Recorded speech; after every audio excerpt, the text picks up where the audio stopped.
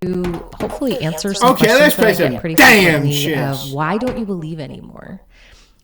Street whore. And it probably won't answer all the questions, but I'll do my best.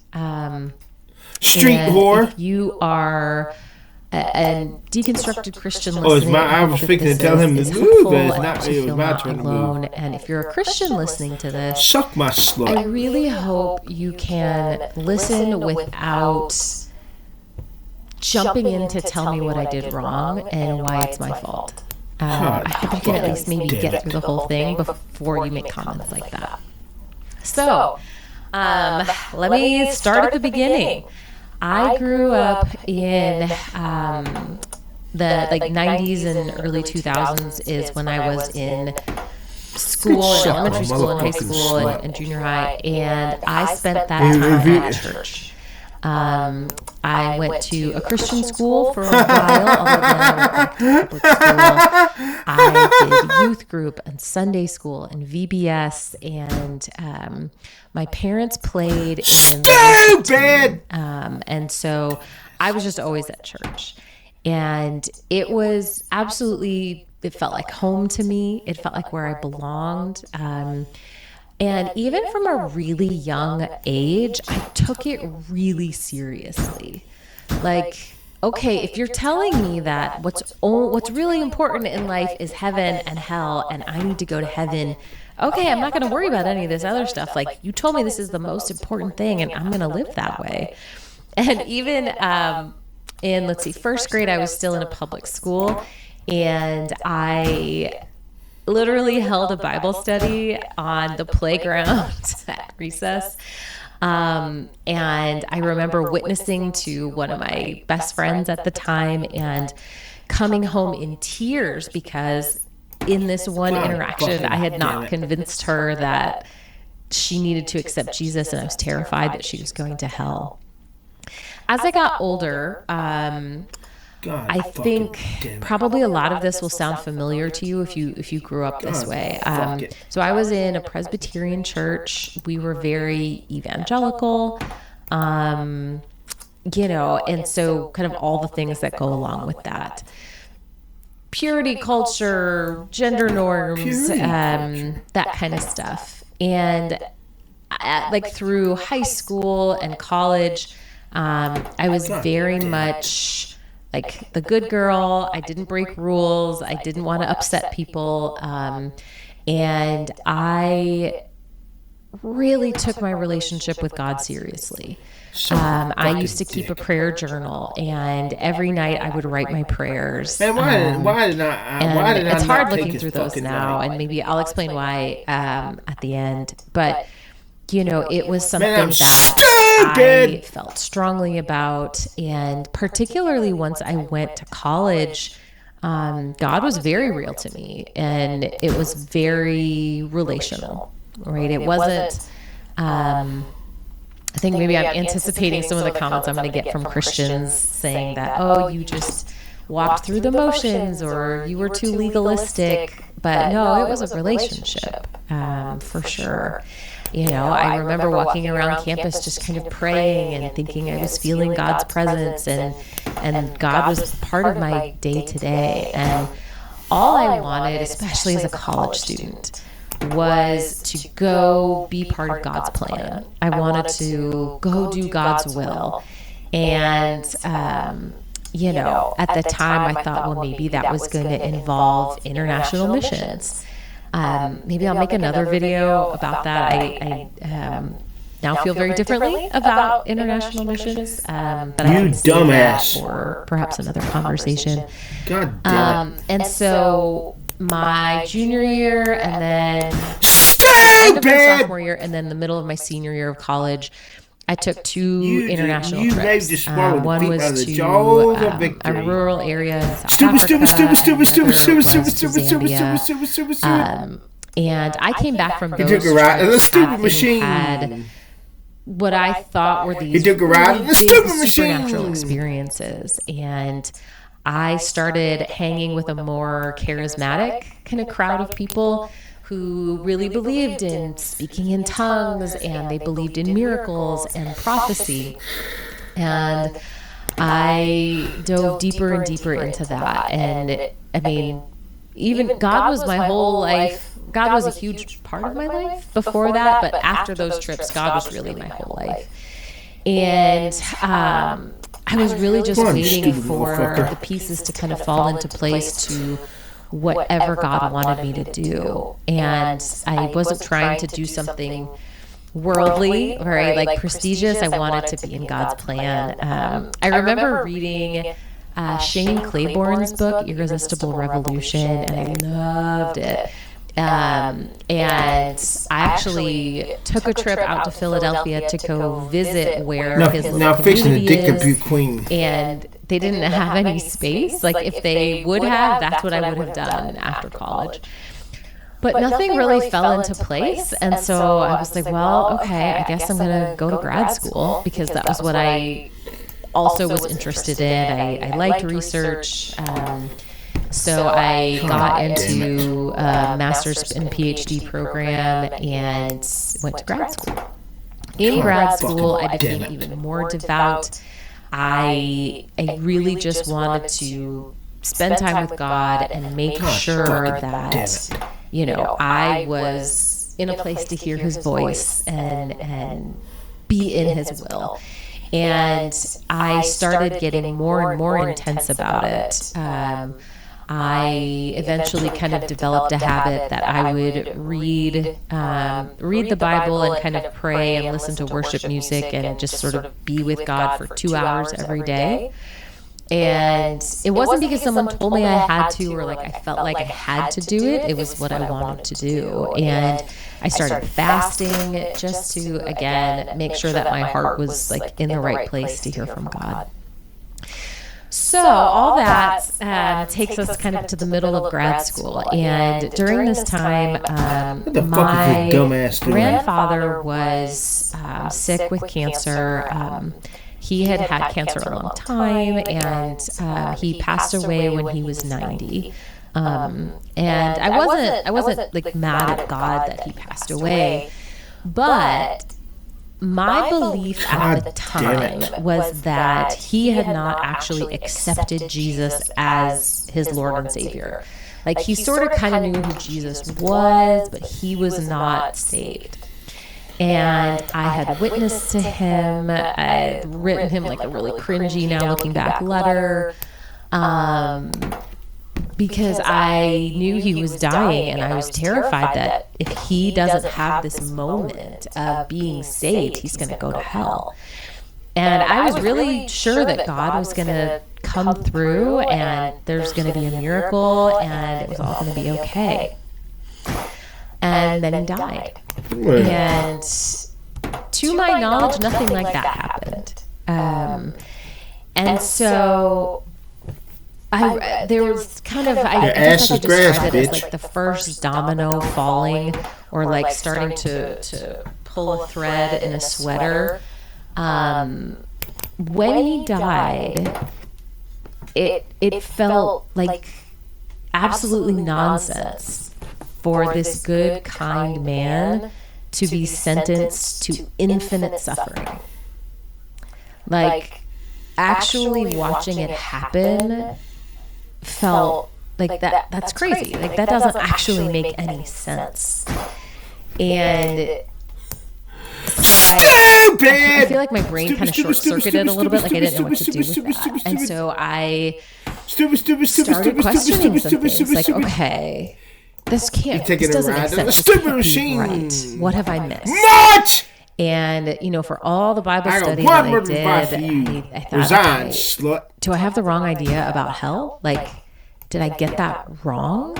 And I started trying to research, trying to figure out, much. Okay, and why do I believe this? Like, why do I believe what I believe about hell? And I was of the belief that the Bible is perfect, inerrant word of God. You know, even though I was reading it in English, that God had not only guided the process of putting the Bible together, but God had guided the process of translation and the copying, and every word that I was reading was the exact word that God wanted me to read. And when you have that view of the Bible, it is surprisingly fragile because you have such a narrow view of what the Bible could possibly be. If you believe, like I did, that the Bible is perfect, then finding even one small error really throws you for a loop.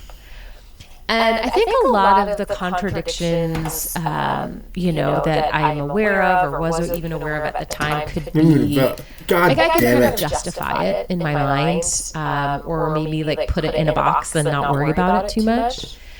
But the thing that really got me, fucking damn it. And again, this would only be a problem if you think the Bible is the perfect word of God. But there's a place in one of Paul's letters, I think it's Corinthians, I'll have to go and check, where Paul is writing a letter and he's giving some instructions. And he says, like, the Lord commands something. The next sentence is, I, Paul, comma, not the Lord. And then he gives another instruction. And when I read that, I thought, well, now, wait a minute.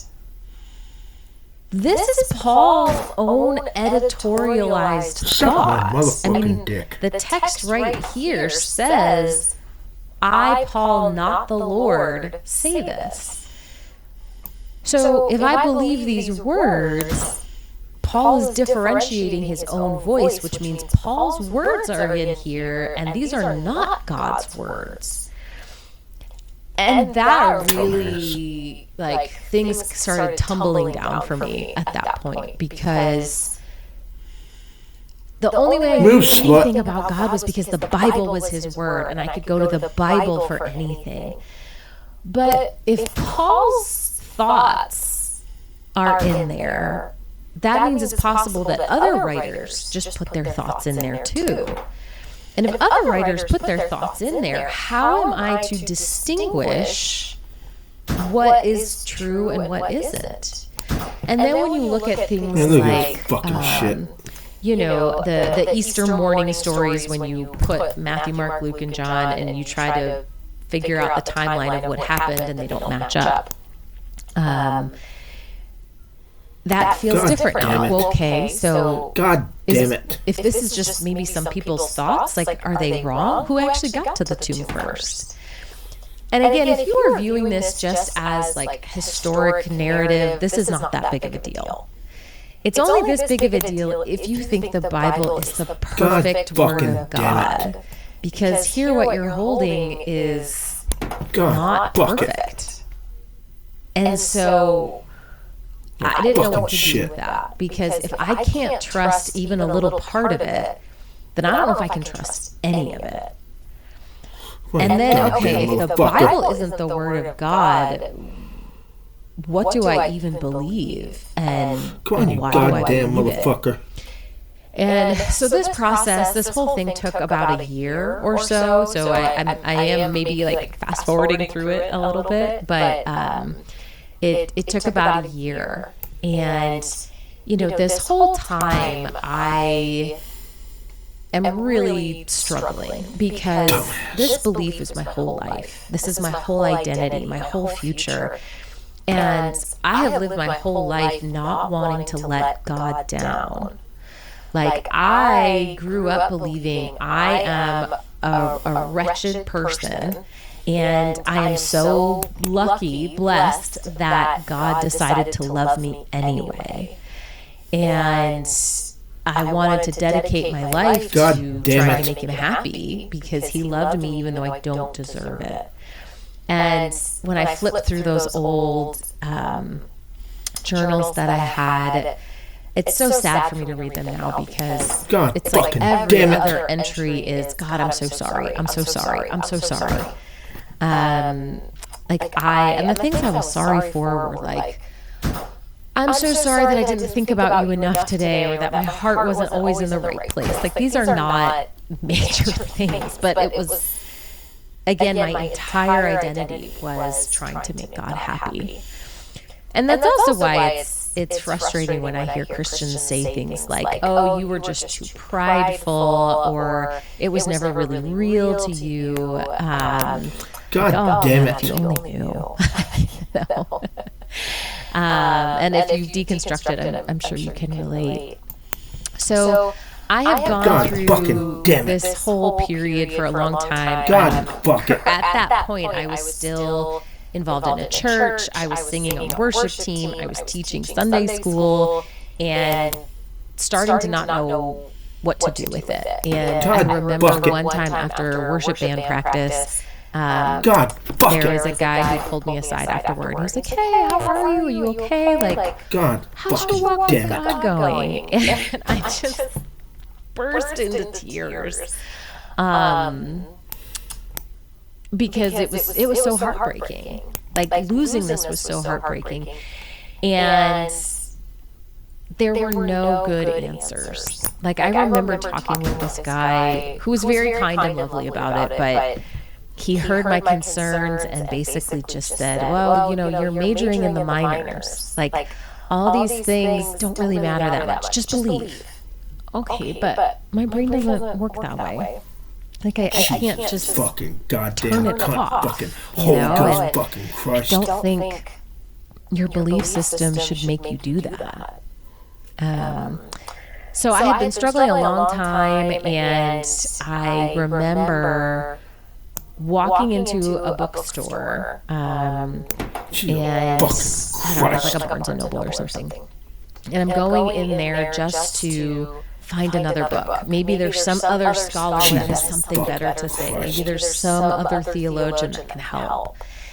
And I'm looking through the Christian section, and right at the end there's this tiny little section that is, I guess, deconversion was the term at the time. So this was in 2009. So the world was very different in regards to deconstruction back then.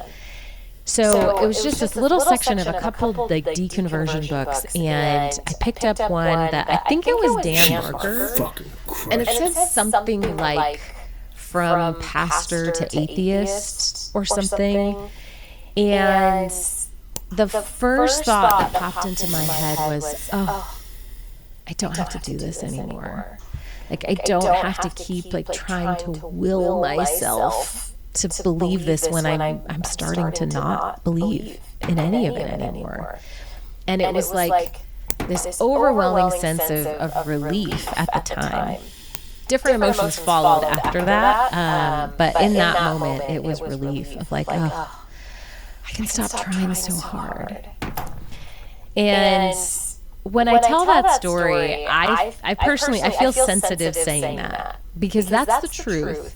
And I know that there are going to be Christians who say, oh, you shouldn't be trying so hard. You just need to rest in the finished work of Jesus, for my yoke is easy and my burden is light. It is not an easy burden. Trying to be in a relationship with a perfect God who never messes up, and you always mess up, even if he forgives you every time, that is a heavy burden to carry. Jesus fucking goddamn crushed. If the only answer was I should have stopped trying so hard, then I did. I did stop trying so hard. But belief didn't come after that. Even after, like, I stopped trying. And instead, I need to get rid of that fucking poem. I just started looking around, like looking at the world differently. Like, oh my gosh, I don't think any of this is true. Oh my gosh, I don't think it's true.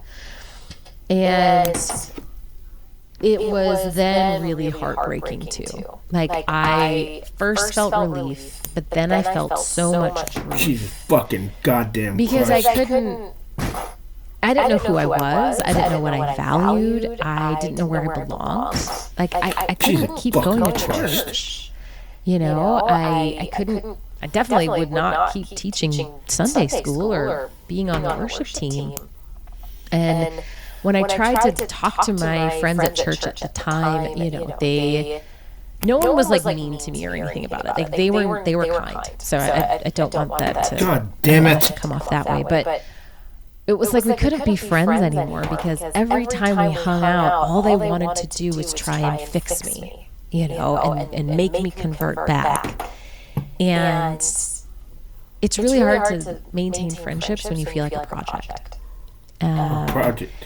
So there was a lot of loss and a lot of grief and confusion and anger because I felt hoodwinked. And I don't think... God damn it. I didn't really do anything with that anger because I don't think anyone in my life was purposefully trying to trick me. Like, I think all of the Christians and my parents genuinely believed, and they thought teaching me what they believed was the right thing to do. So it's not that someone was trying to trick me, but it still felt like I had been hoodwinked. That's what it felt like. Just fucking goddamn crushed. So, as we're coming to the end here, the rest of the process took a long time. And I'm happy to do some follow-up videos if any little parts of this are interesting to you. I ended up going to therapy, which was so helpful. Therapy was really, really helpful because it was so nice to have just an outside perspective, a different way to examine my thoughts. And it was so nice to have someone teach me some skills that I didn't have. When you are trying to cope with difficult things, and your only coping mechanism previously was prayer, and then I don't have prayer. What do you do? So it was really helpful. And, therapy helped me figure out who I am and what I care about. And that I would really recommend that if that is accessible. I know it's not accessible for everyone. Something that exists now that did not exist back when I was deconstructing, there is a whole organization to help people through this. It's called Recovering from Religion, and they have support groups and a hotline, and they have links to the Secular Therapy Project, and there's now a clergy project, which is for people who deconstruct, who are pastors or work in ministry. So I'm so happy that there are so many more resources now than there used to be. So that was all 17 years ago, a lot of years ago.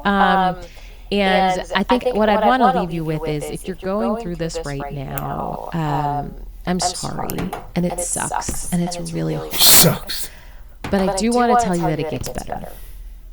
It is not always this hard, and you will find who you are and what you value and where you belong.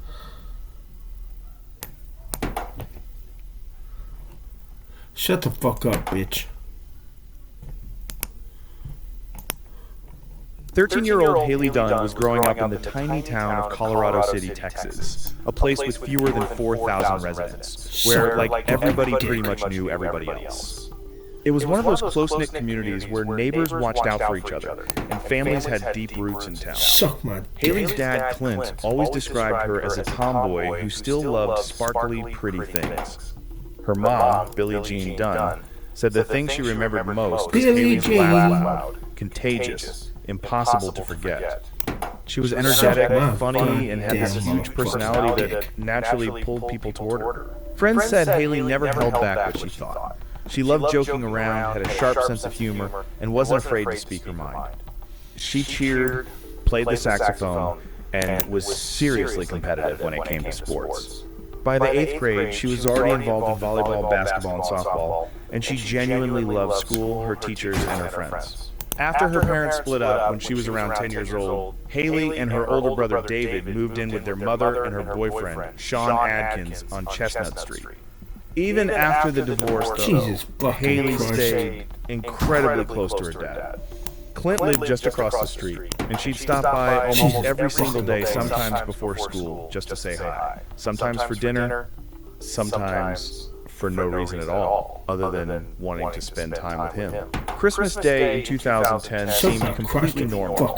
Haley's grandmother, Connie, later said Haley had been in an amazing mood that day. Fucking queen. She was excited about her presents, especially her brand new iPod, and spent most of Christmas and the following day hanging out with her dad. Nothing about those days gave anyone any reason to worry. The night after Christmas, Haley's 16-year-old brother David went to stay at a friend's house. Haley stayed home, playing video games late into the night. Then, the next morning, December 27th, Sean left for work around 5:30 in the morning. About an hour later, Billie Jean headed out for her own 12-hour shift.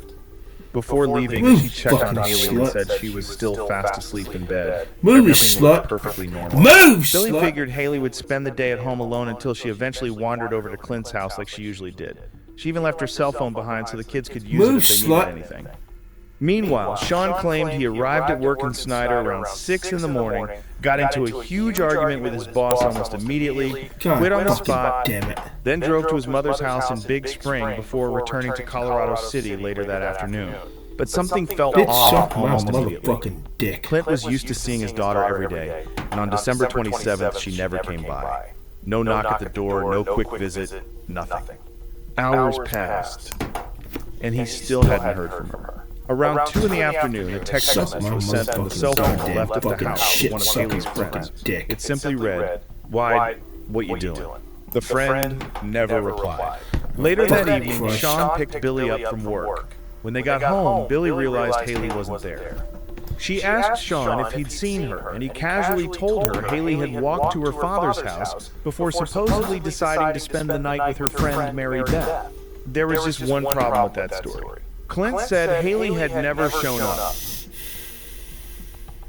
Guys, real quick before we continue, I'm honestly curious where everybody's watching from. Tell me what city you're in and what time it is for you right now. Thanks for hanging out with me, and definitely leave it down in the comments. All right, let's keep going. It was my day, and then I came home around, I guess, like 3 o'clock. I got there. And Haley was there watching TV in the living room, and I went to me and Billie's bedroom, and she came in there and told me that she was going to her father's house and that she was staying the night with a friend, and then she left. And then I was there by myself for maybe an hour at the most, and then David and a friend came over. Come on, dick sucker. They went to his room, and they were playing video games and so forth, and Billie called me and told me that her relief got there and that she's going to get to leave a little early, so I was up there at the hospital. God fucking damn it. Snyder around 6 o'clock to pick her up, and then we came back. God fucking damn it. And we went to bed shortly after that. And this whole time you were thinking Haley was at a friend's house? Yes. God fucking damn it. What time Haley was leaving? I guess it was... She was leaving. And this whole time you were thinking Haley was at a friend's house? Yes. About what time did she say she was leaving? What time Haley was leaving? Fucking goddamn. Right now, in a drawer in a museum storeroom somewhere in Europe, there is a Roman coin. It weighs about 3.5 grams and contains almost no silver at all. It is supposed to be a silver coin. That is the whole point of it. It says so on the face, in the size, in the name people used for it every day when they were paid with it. Underneath the thin, bright wash on the surface, it is bronze. Nobody in...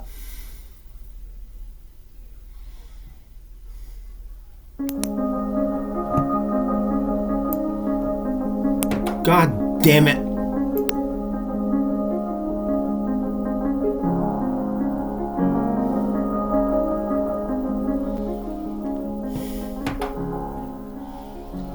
There is a large and growing movement of both current and former Christians who have become convicted of the fact that Paul was a false apostle who contradicted the teachings of Yeshua. And I want to explain to you today and lay out to you why this message has caught such fire in the cultural zeitgeist. Yeshua. Because to most Christians, this idea is tantamount to blasphemy or apostasy. But to everyone else, it's just the honest, undeniable truth and plain reading of the text, that the man whose name is penned under almost 2/3 of the books in the New Testament, Paul of Tarsus, is in fact a false prophet and a false apostle whom Jesus warned us about in Matthew 7:15. and that modern Christianity today bears virtually no resemblance at all to the teachings of Jesus, because they've been replaced and ignored systematically in favor of the teachings of Paul, a man who never even met the living Jesus.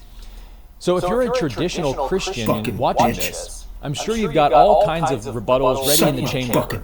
But I assure you that there is a clear answer to every single objection that you can possibly think of right now. This movement and message has been scoured for decades by scholars and lay people like myself, and Christians are finding it hard to combat intellectually. So in order to help you understand why so many followers of Jesus are rejecting Paul, I'm going to walk you through the top most important arguments against Paul. And all that I ask is that you hear me out and check the references for yourself, because everything I'm about to show you comes directly from the textual data. So let's get into it. Point number one is that Paul contradicted Jesus on the law.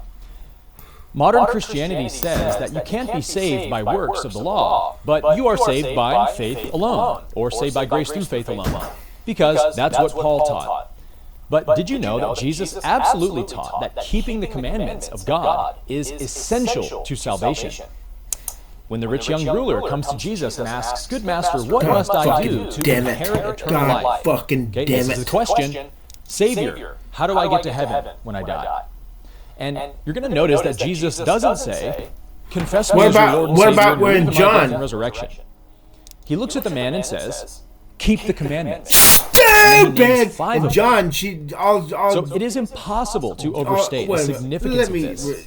Here, Jesus is asked plainly, "How can I be saved?" So this is the moment, if there ever was one, right, for Jesus to respond with Paul's gospel. Confess my blood, believe in my resurrection, right? Come on, Jesus, why are you telling us we're saved by works of the law? Jesus, don't you know that Paul said you can't be saved by keeping the law? Ephesians chapter 2, Paul says that Jesus abolished the law of commandments expressed in ordinances. That's the Ten Commandments, by the way. And so, how's this for a contradiction? In Matthew 5:17 through 19, Jesus literally says, "Think not that I've come to abolish the law or the prophets. I did not come to abolish, but to fulfill." And in the very next verse, Jesus says, "And until heaven and earth pass away, not one single jot or tittle shall fall from the law."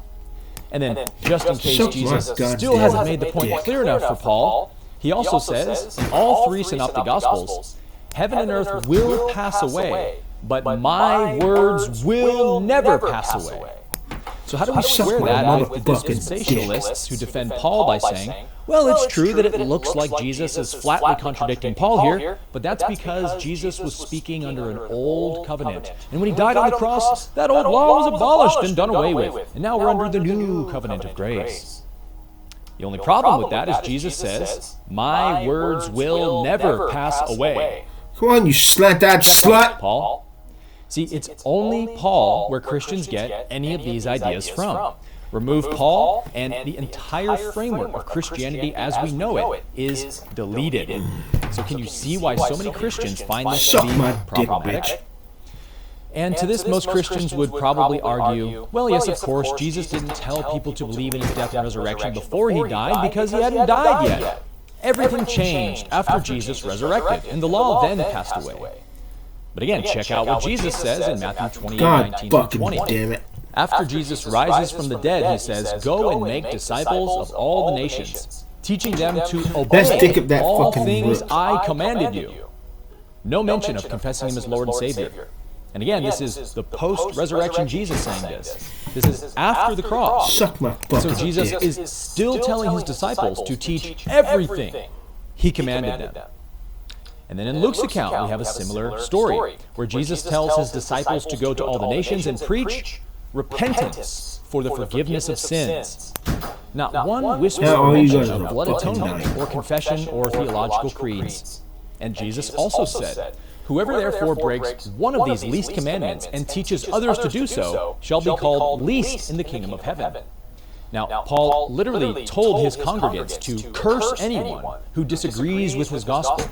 But Jesus said the law is summarized as love your neighbor as yourself. Last time I checked, no one goes around cursing themselves. And so even Paul admits that the law is love your neighbor as yourself in Galatians 5:14.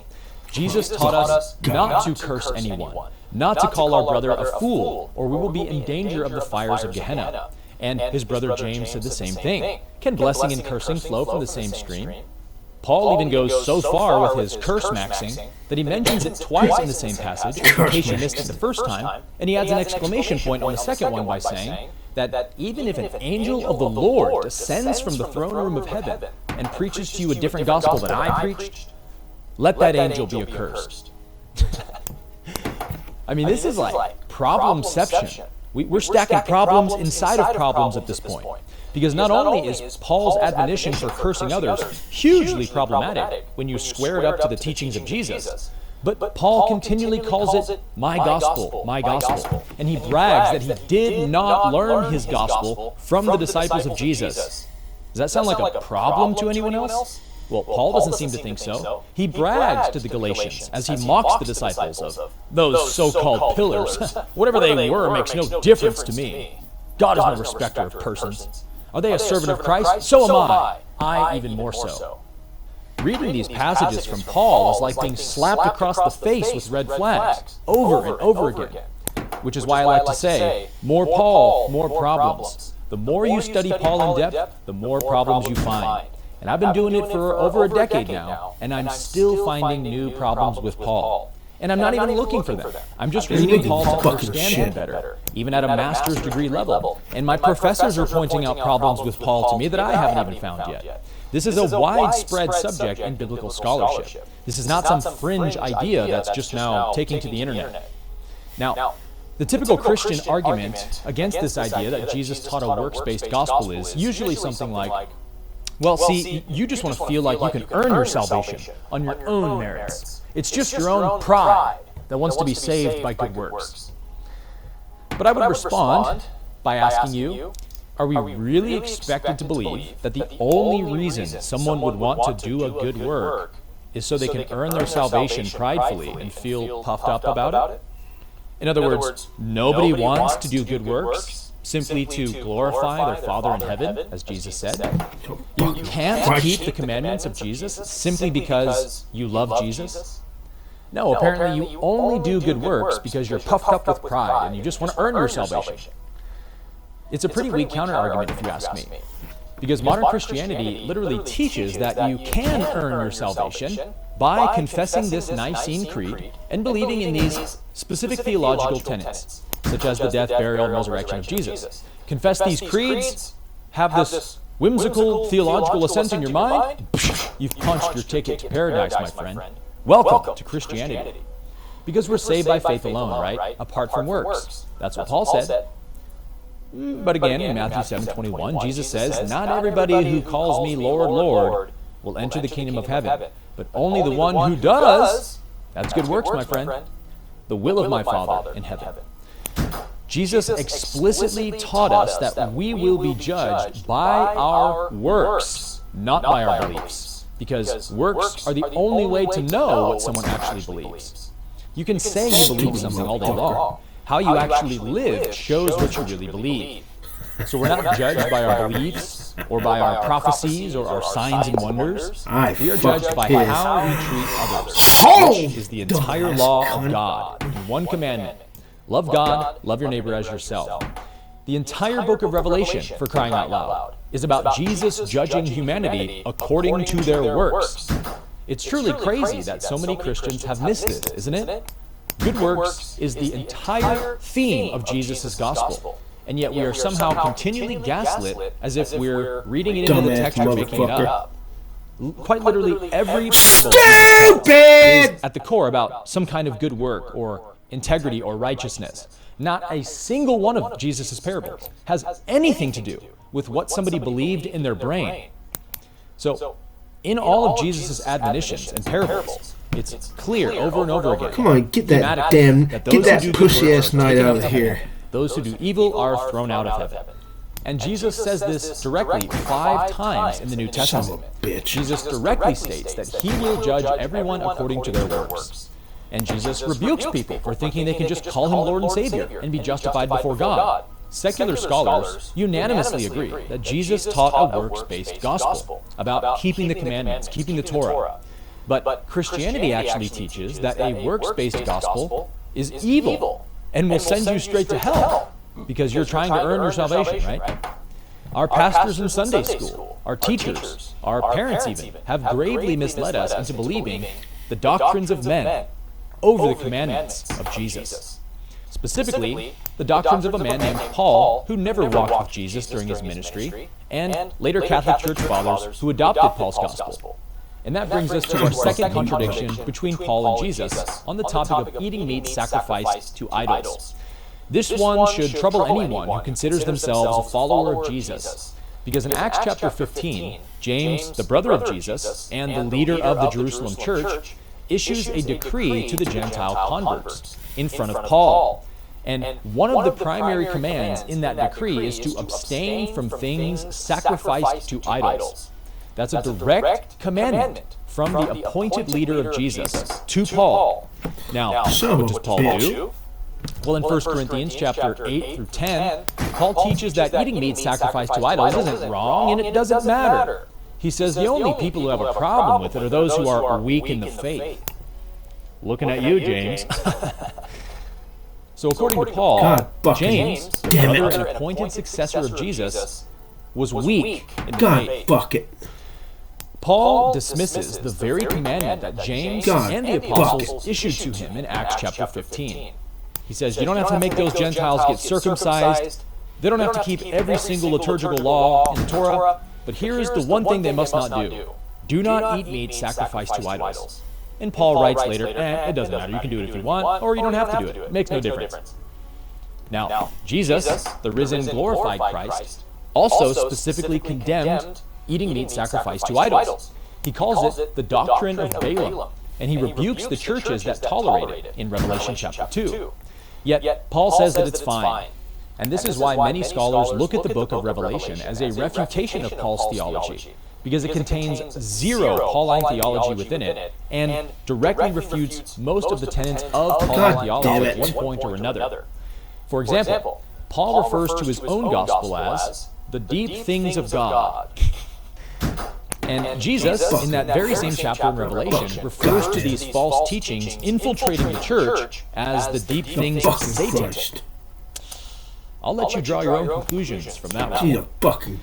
That brings us to point number 3, Paul's false prophecy. In 1 Thessalonians 4:15 through 17, Paul makes a clear, undeniable prophecy, saying, by the word of the Lord. So he's clearly speaking in the prophetic office here. And what does Paul prophesy? He says, we who are alive, so that's present tense right now, we who now are alive, not some people thousands and thousands of years in the future, we who are left until the coming of the Lord. Okay? There's no mistaking what Paul means here. He says, will by no means precede those who have fallen asleep. For the Lord himself, with a cry of command, with the archangel's call, with the trumpet sound, will descend from heaven, and the dead in Christ will rise. And then we who are alive, he says it again, we who are left, he says it a second time, will be caught up into the clouds together with him to meet the Lord in the air. So notice the word we that Paul uses. Paul is including himself and his readers in this prophecy. And this is all throughout his 7 epistles. Paul believes that this is happening in his lifetime. And Paul affirms this again in 1 Corinthians 7:29 when he says, the appointed time has grown very short. Okay, 2,000 years is not very short. Paul also said that the present form of this world is already passing away, in the present tense. So Paul wasn't really just predicting the future.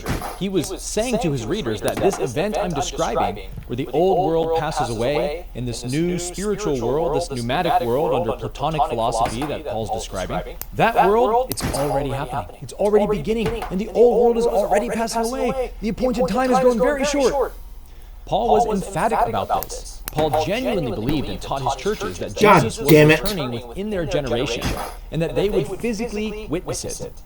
Now, obviously this did not happen. Paul died, the Thessalonians died, and 2,000 years have passed, and no one has been caught up into the air, and no trumpets have sounded, and so on and so forth. And the problem with this is that it perfectly meets the criteria of a false prophet given in the Bible. In Deuteronomy 18:22 it says, when a prophet speaks in the name of the Lord, if the thing does not happen or come to pass, that is a thing the Lord has not spoken, and that prophet has spoken falsely. It's not looking good for Paul, is it? By the Bible's own standard, not mine, Paul flatly fails the test of being a true prophet. So I've issued a challenge. Women don't want you hearing this, my friend, because once you do, their entire playbook stops working on you. Most men walk through life believing women love the way men love, straightforward, loyal, unconditional, but reality hits hard. You give your time, your attention, your effort, your heart, and still get blindsided.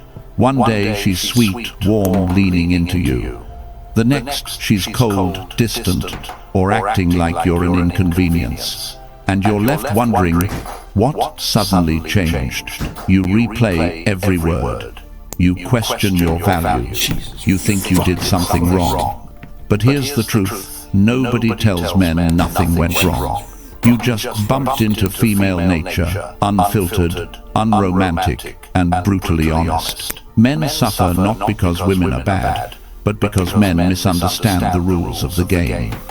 In this video, I'm going to reveal the deeper hidden patterns behind how women choose, test, pull back, and respond to masculine energy. Not the fairy tale version, the real version. The version Machiavelli and the Stoics understood centuries ago. And once you see these patterns clearly, you stop getting blindsided. You stop getting manipulated. You stop giving your power away. You're about to understand women and yourself at a level most men never reach. Let's get into it. Number 1. The desired truth women hide. Folks, let's start with the truth. Men never see clearly because the world keeps telling them the opposite. Women love differently than men. Men love with ideals. Women love with instinct. Men fall for who a woman is. Women respond to what a man provides emotionally, mentally, physically, and yes, sexually. That difference creates the frustration many men feel, but never say out loud. Let me make this real for you. There's a man named Mark, 59, a retired corrections officer from Missouri. Good heart, steady worker, raised his kids right. After his divorce, he met Angela, 55, a warm, attractive blonde who worked at a local medical office. Their chemistry was strong. She laughed at his jokes, touched his arm when she talked, and gave him that feminine energy he hadn't felt in years. Mark thought her desire came from the connection, but here's the brutal truth. Angela's desire didn't come from feelings alone. It came from what she felt from him. His steadiness, his assertiveness, his sexual confidence, his grounded presence. When he showed up as that man, she responded. When he slipped into insecurity, over-explaining or trying too hard, her desire cooled. Mark thought her interest was about history and emotions, but Angela's desire was about energy. Women hide this truth because it sounds harsh. A woman's desire is conditional. A man's desire is not. Men will want a woman because of who she is and how she looks. Women stay turned on by who you are being and how you carry yourself over time. Mark learned this the hard way. One week, Angela was all over him, texting, first initiating dates, leaning into him on the couch, eyes full of feminine heat. The next week, he got clingy.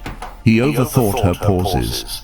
He asked, "Is everything okay?" 3 times too many. He stopped being the grounded presence that attracted her, and suddenly she wasn't as warm. Not because she stopped loving his personality, but because the energy that pulled her in was gone. Women rarely verbalize this. They talk about chemistry, spark, vibe, comfort, but all those words point to one thing: how your masculine energy makes her feel in her body. Women are drawn to men who provide emotional gravity, sexual certainty, and calm leadership. They pull away from men who need reassurance, who chase, or who place their worth in her hands. The Stoics understood this dynamic. Marcus Aurelius said, "The happiness of your life depends upon the quality of your thoughts." When your thoughts are anxious and self-doubting, your body language and presence follow. When your thoughts are calm, disciplined and confident, your presence hardens, and women feel that too. Disciplined and confident, your presence hardens, and women feel that too. And here's the kicker. Women expect you to know this without them explaining it. They won't say, "I want you to be stable so I can feel safe." They won't say, "If you act needy, I'll lose desire." They feel it and react accordingly. Mark eventually rebuilt himself. He stopped using Angela's reactions as a measure of his worth. The moment he returned to being grounded, her desire came back not because he convinced her, but because he became the man her instincts respond to. If you've seen how a woman's desire rises and falls based on your energy, drop a comment saying, "I've seen this. Stick with me." Because once you understand this desire truth, the next insight exposes the self-interest instinct. Women follow, even when they swear they don't. Number 2. The self-interest switch she always uses. Folks, here's a truth most men don't want to swallow. Every woman has a self-interest switch, and whether she realizes it or not, she flips that switch based on what you bring into her life. Not what you promise, not what you feel, what you bring. And this switch is always running in the background, shaping how she treats you, how she responds to you, and how much of herself she gives you. Most men believe women operate on loyalty, fairness, or emotional history. They think, if I'm good to her, she'll be good to me. That's not how female psychology works. A woman responds to what benefits her in the present moment emotionally, socially, financially, physically. When being close to you serves her, she leans in. When it doesn't, she pulls away. That shift isn't personal, it's instinct. This is why when being close to you serves her, she leans in. When it doesn't, she pulls away. When being close to you serves her, she leans in. When it doesn't, she pulls away. That shift isn't personal, it's instinct. This is why you can spend months being her rock, her confidant, her emotional support, and then watch her grow distant the moment you stop providing something she values. It's not cruelty, it's calibrate her emotional support, and then watch her grow distant the moment you stop providing something she values. It's not cruelty, it's calibration. She's adjusting her investment to match what she perceives you're offering now. Here's the brutal pattern. When you elevate her life, she invests. When you drain her life, she withdraws. When you stay the same while she grows, she re-evaluates you. And when you grow while she stagnates, she fears losing you. Every man has lived through this dynamic, but few recognize it for what it is. They call it mixed signals, female confusion, or emotional swings. But at its core, it's the self-interest switch flipping on and off. And let's make something very clear. Men have the same switch. They just lie to themselves about it. Machiavelli said, "Men are ungrateful, fickle, false, cowardly, and covetous." He wasn't insulting humanity, he was describing it. The world runs on self-interest. So do men, so do women. The difference is that women express it more indirectly, and men pretend they don't have it. Now here's where Stoicism becomes your advantage. Epictetus taught, make the best use of what is in your power, and take the rest as it happens. A woman's self-interest switch is not in your power, but your response to it is. The moment you stop taking her shifts personally, you stop being controlled by them. Her distance no longer rattles you. Her warmth no longer inflates you. Her inconsistency no longer defines you. Most men weaken themselves by fighting the switch. They try to argue with it, convince it, force it, but you can't negotiate with instinct. You can only position yourself wisely. When you improve your life, your discipline, your purpose, your presence, her switch naturally flips in your direction. When you become dependent, reactive, or stagnant, that switch flips away. Here's the truth most men miss. A woman's self-interest doesn't make her bad. Your ignorance of it makes you vulnerable. Once you understand that women adjust their investment based on what they feel in the present, you stop expecting loyalty without value. You stop giving endlessly without receiving. Damn it. You stop mistaking attention for affection or affection for devotion. You start operating like a man who understands the game instead of a man who suffers from it. If you've seen this switch flip in real life, drop a comment saying, "I know this." Stay tuned, because next we're going to break down the loyalty test women use that exposes exactly how they see you, even if they never say it out loud. Number 3. The loyalty test that exposes her feelings. Folks, let's be real. Every woman gives you a loyalty test long before you ever realize it's happening. It's not a test she announces. It's not a test she writes down. It's a test she performs through her behavior when your value or what you bring to her life shifts even slightly. And this test always reveals her true feelings, not the words she says when everything is going well. Here's how it works. A woman will stay close to you as long as being close benefits her emotionally, socially, or practically. But the moment something changes in your world, your finances drop, your confidence dips, you get sick, you lose momentum, she automatically recalibrates. This is where you see the real version of her. Let me show you a real-life example.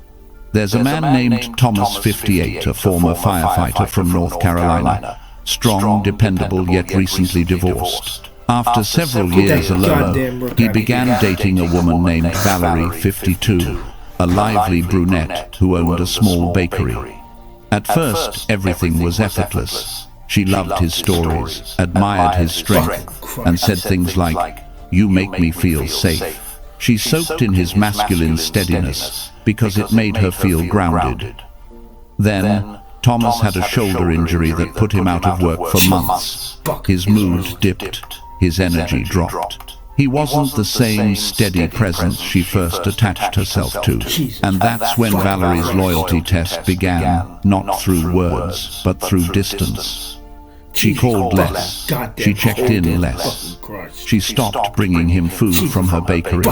When they talked, she seemed distracted, impatient, and sometimes annoyed. Thomas didn't fail the test. The test revealed her. It showed that her loyalty was tethered not to the man himself, but to the benefits of being with him. And that is exactly what Machiavelli meant when he said, "Men are less afraid of offending a man who makes himself loved than one who makes himself feared." He wasn't saying, "Be cruel." He was saying people stay where their needs are met. Women are no different. Contrast that with another example. When Thomas started pulling himself together, physical therapy, gym sessions, taking small consulting jobs, Valerie suddenly became warm again. Why? Because the version of him she desired resurfaced. Her behavior wasn't random. It was self-interest responding to value. And here's the lesson. A woman's loyalty is revealed during your low moments, not your high ones. When you're winning, everyone loves you. But when life squeezes you, only those who see you, not just what you offer, remain. And the number of people in that category is always smaller than you expect. Stoicism gives you clarity here. Seneca said, "Misfortune shows those who are not really friends. In relationships, misfortune shows those who are not really loyal." It's not pessimism, it's pattern recognition. Female loyalty is not proven by affection during easy times. It's proven by behavior during hard ones. Thomas eventually understood something powerful. Loyalty is not about length of time spent together. It's about how she responds when you temporarily have less to offer. That single moment tells you everything. If you've seen someone reveal their true loyalty when your life hit a low point, drop a comment saying, "I've lived this." Stay tuned, because next we're going to dig into the respect rule women feel long before they ever verbalize it. and why violating it kills attraction instantly. I curse the Holy Ghost if I don't win Number this game. 4. The respect line that turns her on. Folks, here's the truth. Men learn too late. A woman's desire rises and falls on one thing: respect. Not romance, not gifts, not how much you adore her. Respect. And respect isn't something she gives because you're a good man. Whoops! It's You took something too long she to fucking gives move, because bitch. she feels your strength. Women are wired to respond to the man who draws a clear line for how he expects to be treated. That line is what turns her on. A woman can like you, enjoy you, even love parts of you. But if she doesn't respect you, desire dies instantly. It doesn't fade slowly. It collapses. And most men today are confused because they keep trying to win women. One of the most famous transformations in Transformers history may not show what fans think it shows. For nearly 40 years, viewers have argued over one question. Did Skywarp become Cyclonus? Or was it Bombshell? The movie appears to give us an answer. But the script, the storyboards, and what happens afterward turn a few seconds of animation into one of the strangest mysteries in G1 history. And once you pause the scene, someone seems to disappear completely. After the Battle of Autobot City, the Decepticons retreat aboard Astrotrain, but Astrotrain is carrying too much weight. With fuel running low, the wounded Decepticons hold a vote, and the losers are thrown into space. Megatron is among them. So are Thundercracker, Skywarp, and several Insecticons. They drift helplessly until Unicron finds them. Megatron is rebuilt as Galvatron. Thundercracker becomes Scourge. The other damaged Decepticons become the Sweeps. And then Unicron introduces his final warrior, Cyclonus. It lasts only a few seconds. Yet those few seconds created an argument that Transformers fans are still having decades later. Because when Unicron says, Cyclonus, a warrior, and he's a god. The movie appears to transform two different Decepticons into nearly identical versions of Cyclonus. One is Bombshell, the other is Skywarp. But which one is the Cyclonus we follow for the rest of the movie?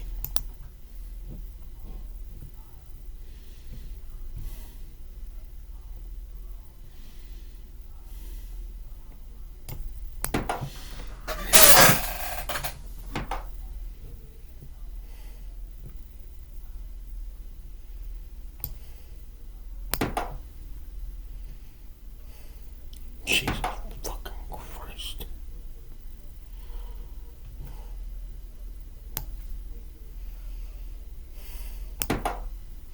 Now buck up and put me in check, you son of a bitch.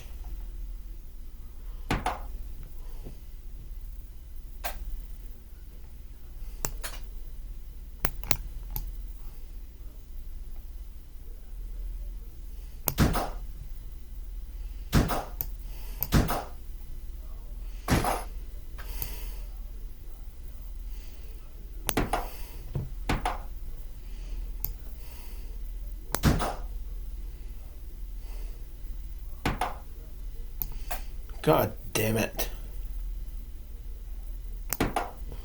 God fucking damn it. God fucking damn it. God fuck it.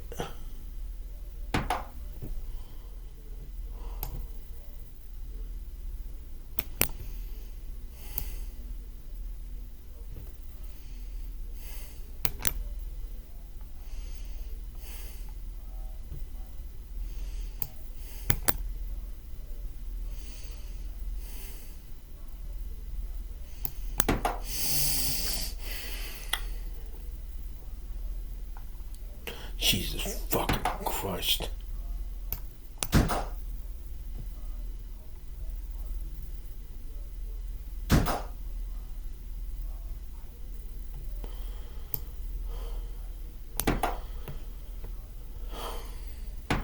Jesus fucking Christ. Jesus fucking Christ.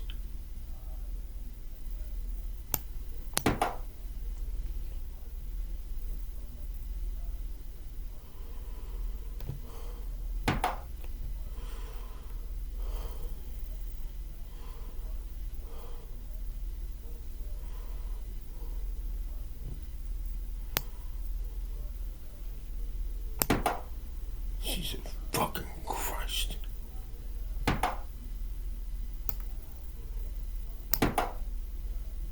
Jesus fucking Christ.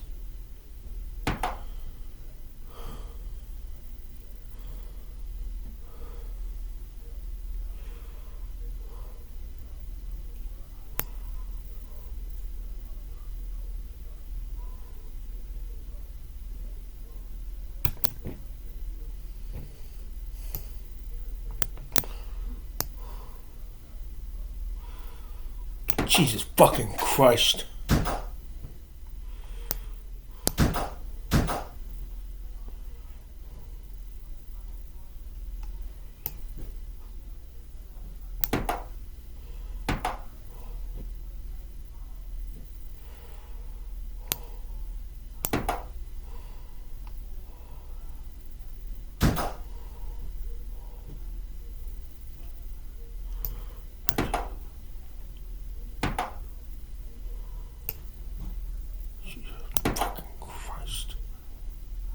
A fucking goddamn Christ.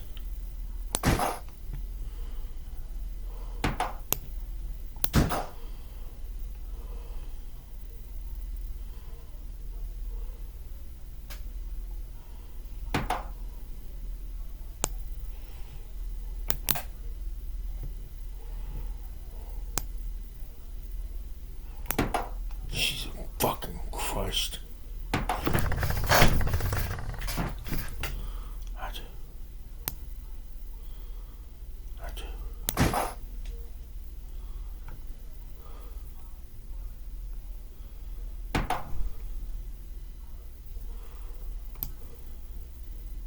Christ.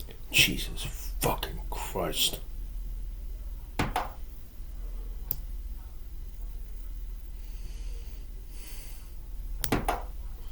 Jesus fucking Christ.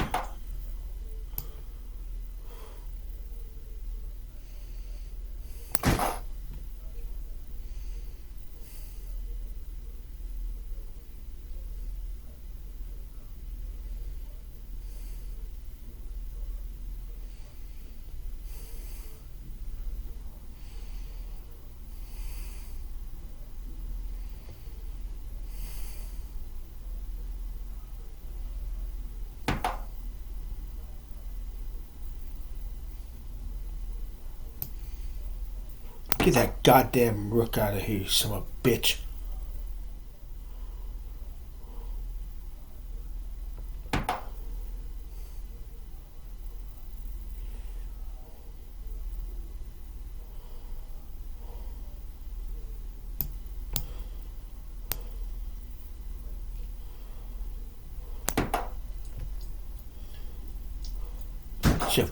A fucking Christ.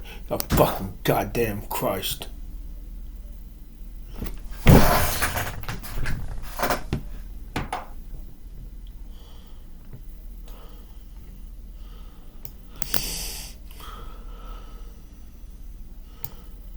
Fucking Christ.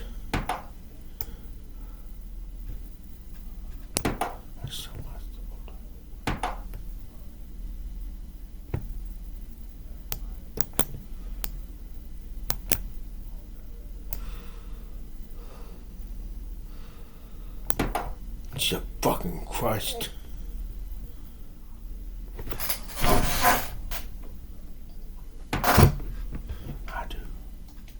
I do.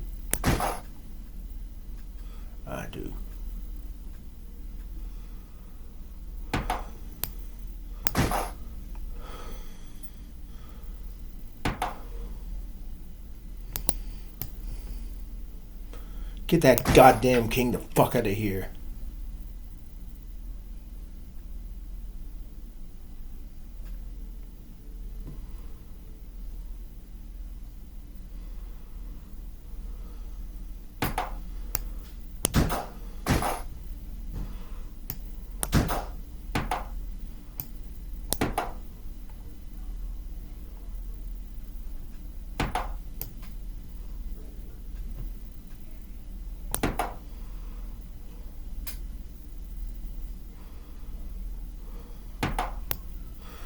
Goddamn king the fuck out of here.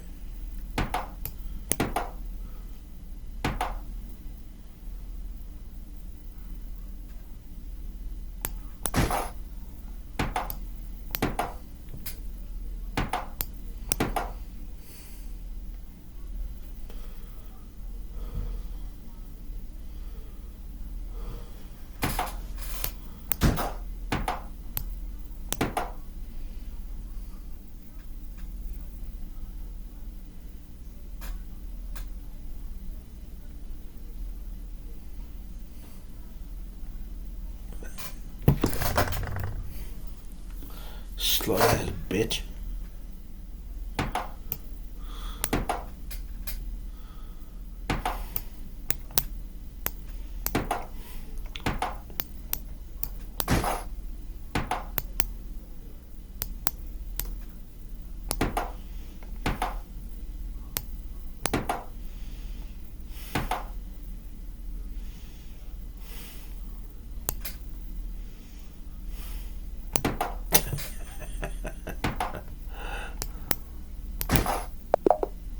I fucked his.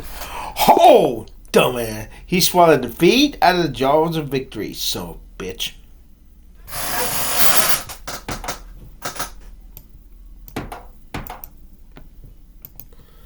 Movie. Watch the positioning carefully. Bombshell floats in the foreground. Skywarp is slightly behind him as Unicron's energy passes over them. Both are rebuilt into Cyclonus-shaped warriors. The foreground figure, created from Bombshell, is larger and more prominent. The figure created from Skywarp remains behind him. That visual arrangement seems to match Unicron's words. Bombshell becomes behind him. That visual arrangement seems to match Unicron's word. Bombshell becomes Cyclonus, the warrior. Skywarp to match Unicron's words.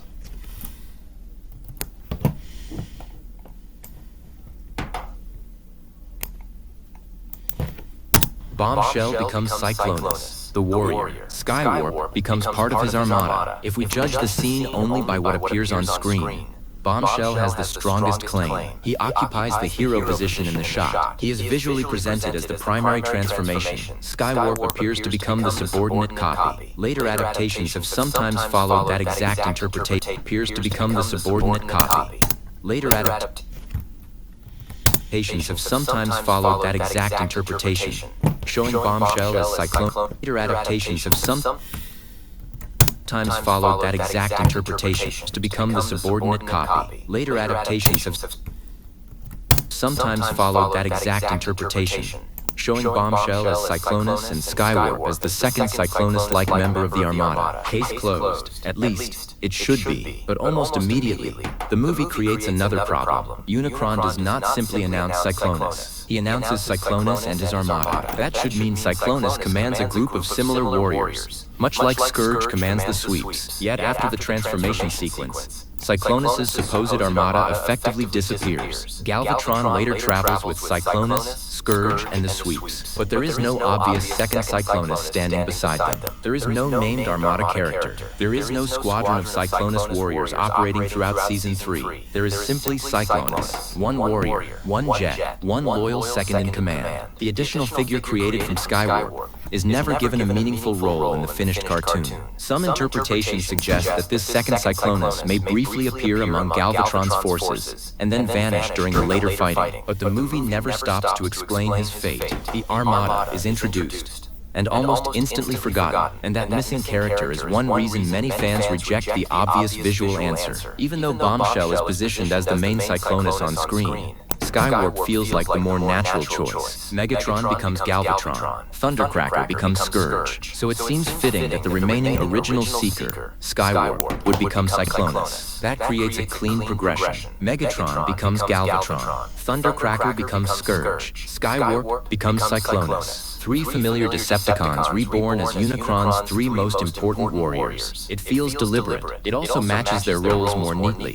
Thundercracker and Skywarp were part of Starscream's original Seeker unit. Scourge and Cyclonus become Galvatron's 2 most visible lieutenants. Meanwhile, the Insecticons are transformed into the seemingly interchangeable Sweeps. From a storytelling perspective, that arrangement makes perfect sense, but the animation does not present the transformation that way. Thundercracker is clearly placed in the leading position when Scourge is created. Bombshell occupies that same leading position when Cyclonus is created. If Skywarp was intended to be the main Cyclonus, why place Bombshell at the center of the shot? That is where the production material becomes important. The movie's script does not settle the Skywarp question as clearly as fans might hope. During the transformation sequence, it identifies the creation of Cyclonus and his accompanying force, but it does not provide a simple line stating, Skywarp becomes Cyclonus. In surviving versions of the script, Bombshell is specifically associated with the Cyclonus transformation sequence. The description then refers to the creation of Cyclonus and his similar-looking armada. That's of the script. Bombshell is specifically associated with the Cyclonus transformation sequence. The description then refers to the creation of Cyclonus and his similar-looking armada that supports what appears in the finished animation.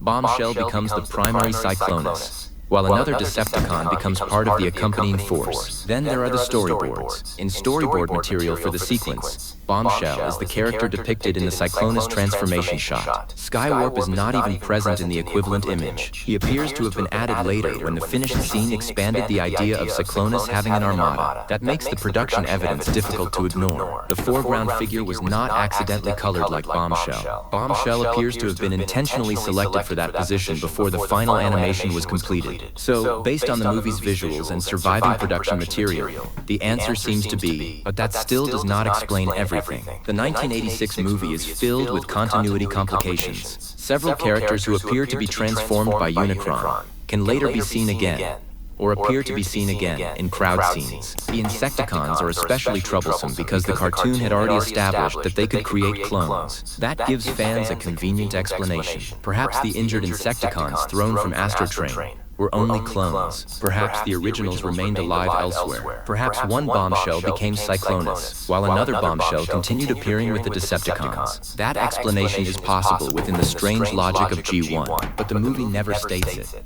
Perhaps one Bombshell became Cyclonus, while another Bombshell continued appearing with the Decepticons. That explanation is possible within the strange logic of G1, but the movie never states it. The production team may simply have reused familiar character models, without worrying about whether every appearance matched the transformation scene. G1 animation was not created for viewers to freeze every frame in high definition 4 decades later. Characters changed colors. Robots appeared in places they should not have been. Entire groups could multiply or disappear between shots. But this particular inconsistency matters because it occurs during the birth of one of the most important Decepticons in the franchise. Cyclonus is not a disposable background warrior. He becomes Galvatron's most dependable soldier, and yet his origin depends on a sequence that cannot. He becomes Galvatron's most dependable soldier, and yet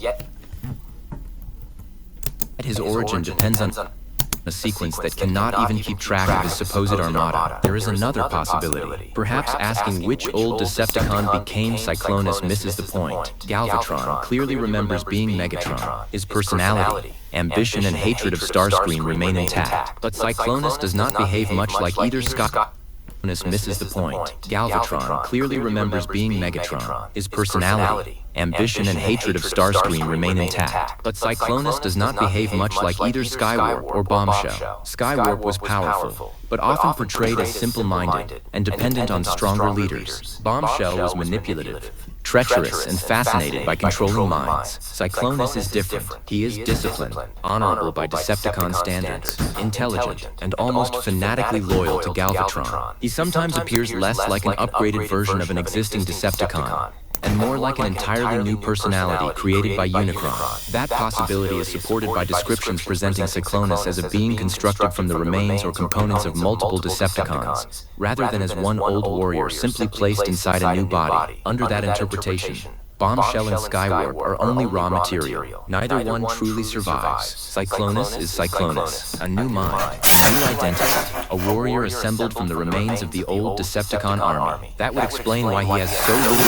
common with either candidate. It would also make the visual debate far less important. But for many fans, the question refuses to disappear, because Transformers has always treated transformation as more than a change in shape. Identity matters, memory matters, and when Megatron emerges from the process still recognizably himself, it is natural to wonder whether something of Skywarp or Bombshell survived inside Cyclonus too. So, who became Cyclonus? Using the strongest direct evidence from the 1986 movie and its production material, Skywarp appears to have become the unnamed second Cyclonus associated with the Armada. The finished movie places Bombshell in the foreground. The storyboard centers Bombshell in the transformation, and later adaptations have reproduced that interpretation. But the story itself behaves as though the Armada never existed. Only one Cyclonus matters after that moment, and because Skywarp fits the narrative pattern better, many fans continue to regard him as the true identity behind Galvatron's lieutenant. That means there are really two answers. The visual and production answer is Bombshell. The thematic and fan-preferred answer is often Skywarp. And the character answer may be neither. Unicron may have destroyed both identities and created someone entirely new. Perhaps that is why this debate has survived for so long. It is not simply an animation mistake. It is a collision between what the movie shows,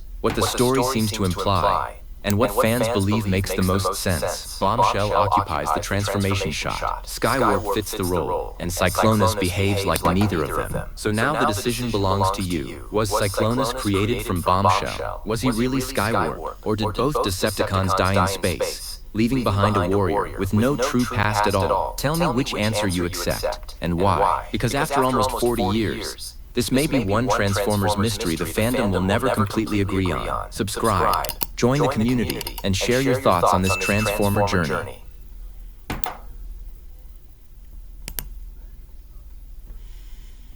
Crime rates that read like horror novels. Home prices so cheap, they feel less like a deal and more like a warning label. And small-town charm that looks beautiful from the highway until you pull over and start reading the numbers. Welcome to North Carolina's darker side. Sure, the Tar Heel State has mountain views, beach towns, barbecue joints, college cities, and those friendly little downtowns that look perfect in a moving brochure. But behind the postcard, friendly little downtowns that look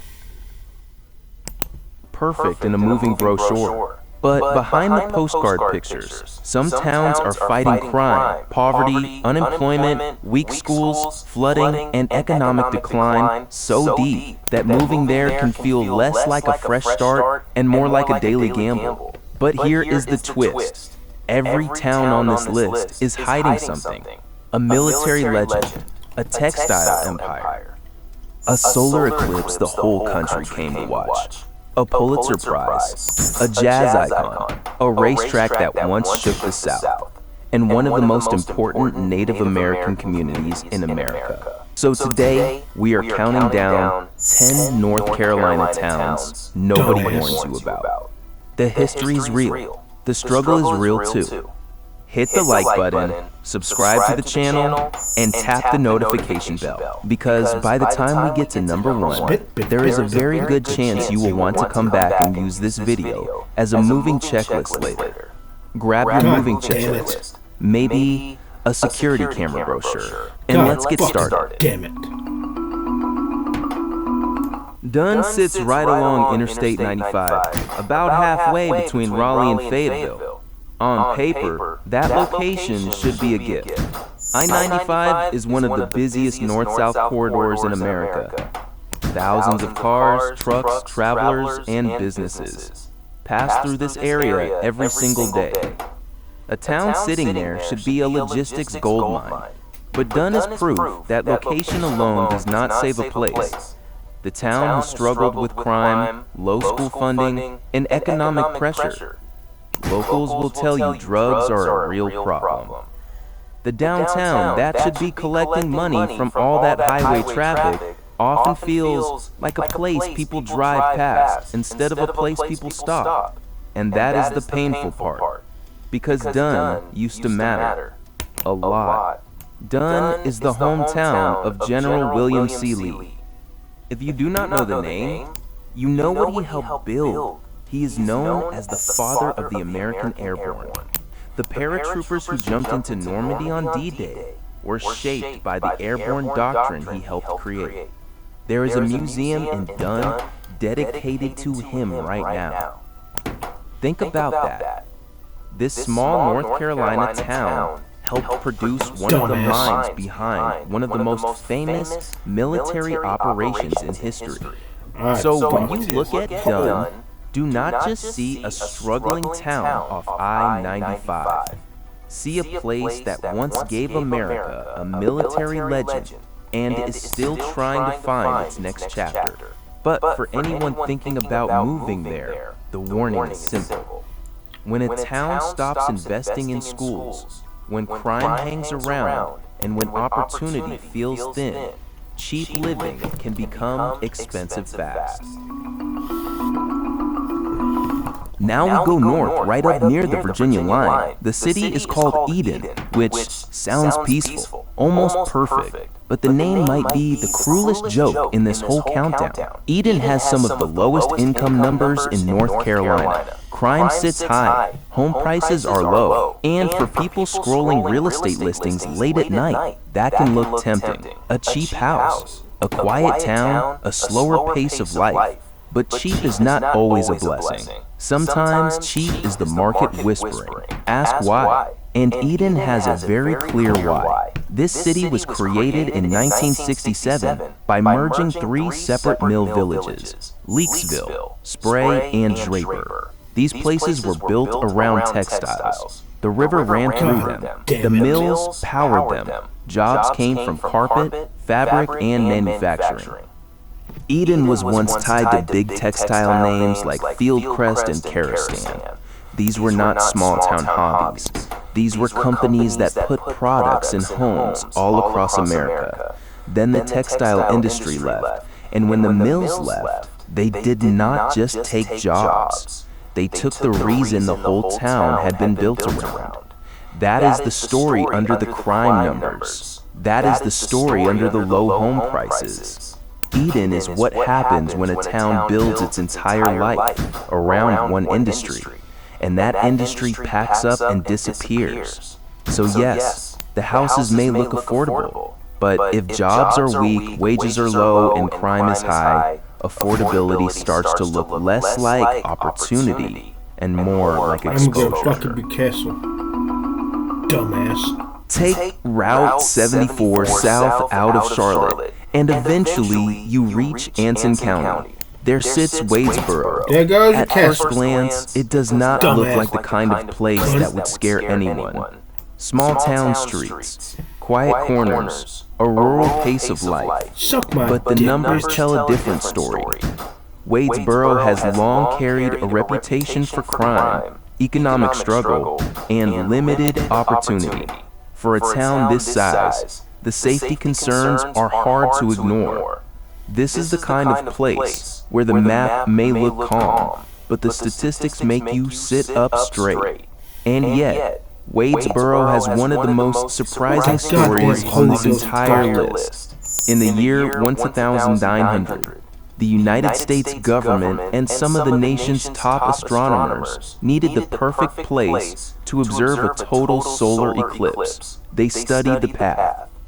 They studied the weather. They looked for clear skies. And they chose Wadesboro, North Carolina. Scientists came from the Smithsonian, from Princeton, from international expeditions. They brought telescopes, cameras, equipment, and curiosity. For a few days, this small town in Anson County became one of the most important scientific observation points in the country. Imagine that. A town that many people now drive through without even slowing down was once a place where the world came to watch the sun disappear. That is what makes Wadesboro so haunting. It is not just a struggling town. It is a town with a golden moment buried under years of hardship. The clearest time to watch the sun disappear. That is what makes Wadesboro so haunting. It is not just a struggling town. Point, Anson County, became one of the most important scientific observation points in the country. Imagine that. A town that many people now drive through without even slowing down was once a place where the world came to watch the sun disappear. That is what makes Wadesboro so haunting. It is not just a struggling town. It is a town with a golden moment buried under years of hardship. The clearest sky in America once brought scientists here. Today, the clearest warning is in the crime and economic data. If you are 3 towns in and still watching, you already understand what this channel is about. No fluff, no fake brochure talk, just the real North Carolina. Hit subscribe, because number 2 has a sifted piece of history older than the United States itself. And number 1 is deeper than any crime statistic can explain. Oh. Now we head toward the South Carolina border into Columbus County. This is Whiteville. When you hear the name, you might picture a friendly little southern town where everybody knows your name and life moves slower. And